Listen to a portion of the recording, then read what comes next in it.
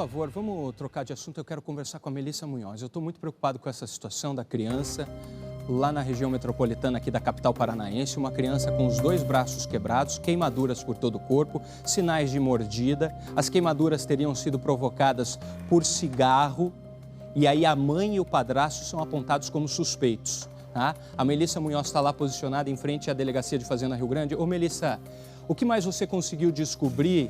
Você conversou com a Guarda Municipal, né, que atendeu a ocorrência lá na ocasião. E quem é que ligou para a UPA? Isso que eu quero entender também, Melissa. Quem é que levou a criança para a UPA? Porque na primeira participação, você disse que não tinha sido a mãe. E aí já mostra uma falta de cuidado, no mínimo, da mãe. Deixa eu entender com você, por favor, Melissa, segue lá. Sim. Pois é, Lucas, vamos contar a história toda para o pessoal entender. E por que que essa mãe, ela foi indiciada aqui na Delegacia de Fazenda Rio Grande pelo crime de omissão. Ela, nesse primeiro momento, não tem condições de assumir a responsabilidade desse bebê de 1 ano e 4 meses, que é o menino, como mãe. Ela não tem essa capacidade. Por quê? Essa criança chegou na UPA toda machucada, inclusive com os 2 bracinhos quebrados, fraturados e, como você bem disse, com vários hematomas por todo o corpo, também mordidas e também queimadura. Então, o que acontece? Essa mãe levou a criança, esse bebezinho, com todos esses sintomas de ferimentos graves para a creche, o CEMEI, aqui em Fazenda Rio Grande. Então, ela ignorou esses ferimentos, esses machucados e levou a criança para a creche, como se nada tivesse acontecido. E é impossível você não ver, você não saber que essa criança está ferida, que essa criança está machucada. Então, chegando na creche, as funcionárias, as professoras viram essa criança machucada, perceberam os ferimentos, notaram o estado dessa criança, até porque essa criança estava com febre. E aí, automaticamente, pegaram esse bebê e levaram para a UPA. Chegando lá, os médicos notaram a gravidade dos ferimentos e, inclusive, as fraturas nos 2 bracinhos. E automaticamente fizeram os procedimentos médicos necessários. E aí engessaram os bracinhos e aí perceberam que precisariam transferir esse bebê para o Hospital do Trabalhador, aí em Curitiba. Então fizeram essa transferência. Aí a UPA comunicou, como é de praxe, esse fato, que se trataria então de um crime, aqui à Delegacia de Fazenda Rio Grande. A delegacia, os policiais civis, então, notificaram esse caso, pediram apoio à Guarda Municipal. Então, por isso que os homens da Guarda Municipal entraram também em ação. E aí deram esse apoio também à presença lá na casa da família, que é a mãe, que tem 18 anos de idade, a mãe desse bebê tem 18 anos de idade, e esse bebê mora com a mãe, e o padrasto, que também é jovem. E aí, chegando lá, não houve nenhuma reação. A Guarda Municipal e os homens da Polícia Civil trouxeram a mãe e o padrasto para prestarem depoimento aqui. Depois de prestarem depoimento, eles foram liberados, não ficaram presos, porque não houve flagrante. Então, eles vão responder ao processo em liberdade, a mãe, principalmente, que foi indiciada por omissão.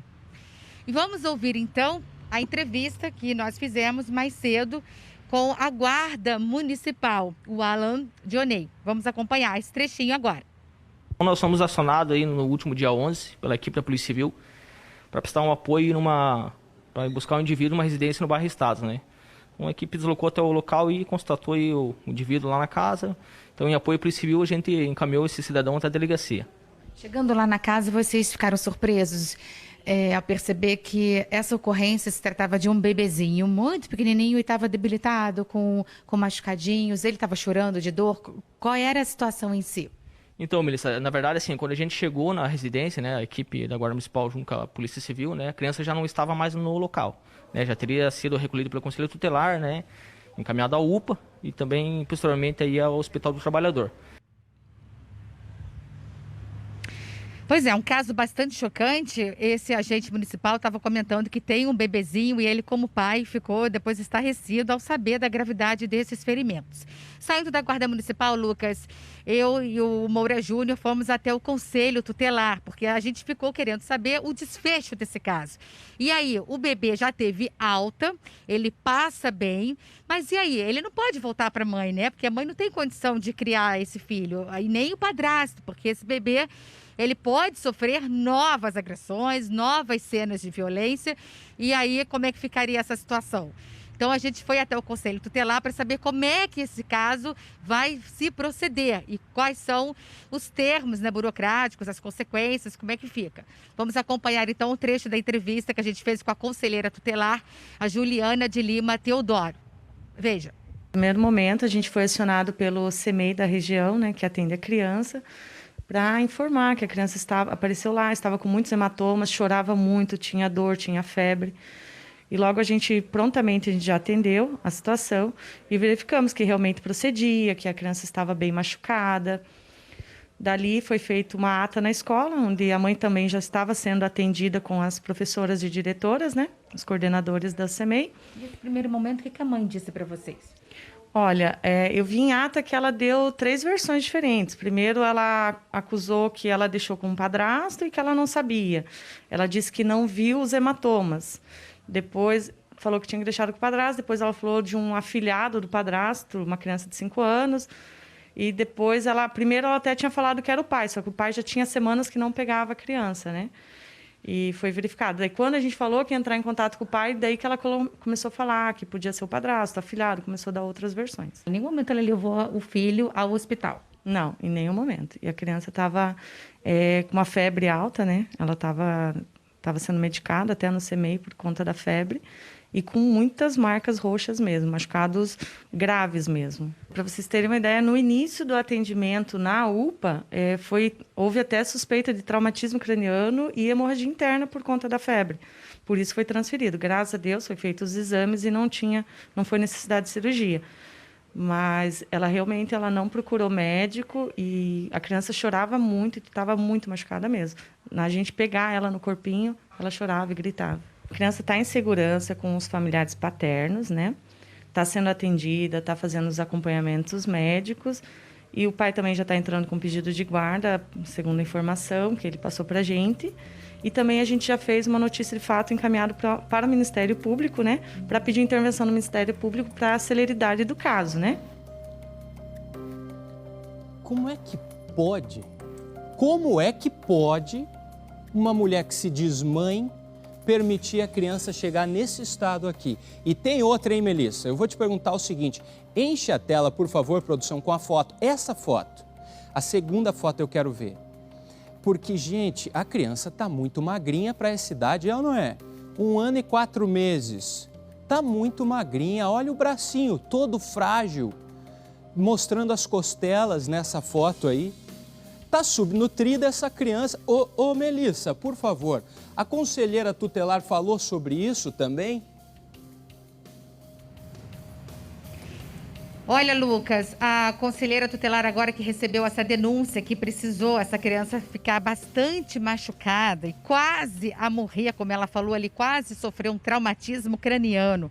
Para que esse caso viesse à tona, para que houvesse uma denúncia e graças a Deus o pior não aconteceu, agora sim vai ser feita essa investigação, essa mãe vai receber um apoio psicológico, o Conselho Tutelar que ficou ciente vai acompanhar essa família, vai acompanhar esse caso, vai acompanhar essa mãe e esse bebê está agora com o pai, não vai voltar para os braços da mãe tão cedo, provavelmente o pai vai conseguir na justiça a guarda, por enquanto temporária e posterior definitiva dessa criança e aí possivelmente não vai voltar para a mãe e aí ela vai perder lá na frente definitivamente a guarda desse bebê e aí Provavelmente essa mãe, espero que também não tenha mais filho. Eu perguntei para Juliana, a conselheira tutelar, se é o único filho, né, dessa mãe, que a gente não vai divulgar o nome, para que ela não sofra nenhuma sanção, nenhuma violência, porque os vizinhos geralmente ficam revoltados e aí podem partir para algum tipo de violência, algum tipo de agressão. E é o único filho dela, essa mãe que tem 18 anos de idade. Então a conselheira tutelar agora que está ciente, que entrou nesse caso, e ela impediu, inclusive, que se outras famílias, outros vizinhos, outras pessoas fiquem sabendo de casos semelhantes, que possam fazer denúncias. Ela divulgou, inclusive, o telefone do Conselho Tutelar para que possa divulgar e ser feitas denúncias aí, para que não venham a acontecer casos semelhantes como esses, viu, Lucas? Eu fico me perguntando aqui, fico pensando na minha mãe, minha amada mãe, doutora Dagmar. Ela é farmacêutica, eu até me emociono de pensar nela, porque mãe é mãe, né? A gente é insubstituível. E aí uma mãe dessa, se prestar um serviço desse, se intitular mãe e fazer uma coisa dessa, ou do mínimo aceitar uma coisa dessa sem levar a criança pro hospital, não é mãe, né? Não é mãe, pelo amor de Deus, não é mãe. Então, por favor, Polícia Civil, uma atenção especial para esse caso. Já liberaram a mãe e o padrasto pela porta da frente, aqui essas coisas que eu não entendo também que acontece no Brasil. Já liberaram pela porta da frente, não pode ficar presa. Tinha que ter ficado não tem flagrante, então solta. Essa foto aqui para mim já é flagrante. Marcas de cigarro pelo corpo já é flagrante. Já era suficiente para mim. Mas o delegado trabalha com a lei é fraca. No Brasil a lei é fraca, soltaram pela porta da frente. Por favor, Polícia Civil de Fazenda Rio Grande, vou pedir para a Melissa Munhoz conversar com o delegado lá, pedir muita seriedade. Eu sei que é de praxe do delegado lá de Fazenda Rio Grande a seriedade no trabalho, mas tem que investigar muito bem isso aqui para punir os responsáveis. Tem que punir. Não é aceitável o que fizeram com essa criança. A gente está de olho. Se não é, muitas vezes, a gente, o Conselho Tutelar, a Guarda Municipal, a Polícia Civil ir atrás, quem é que ia ajudar essa criança? Se dependesse da família da mãe, pelo amor de Deus, tá?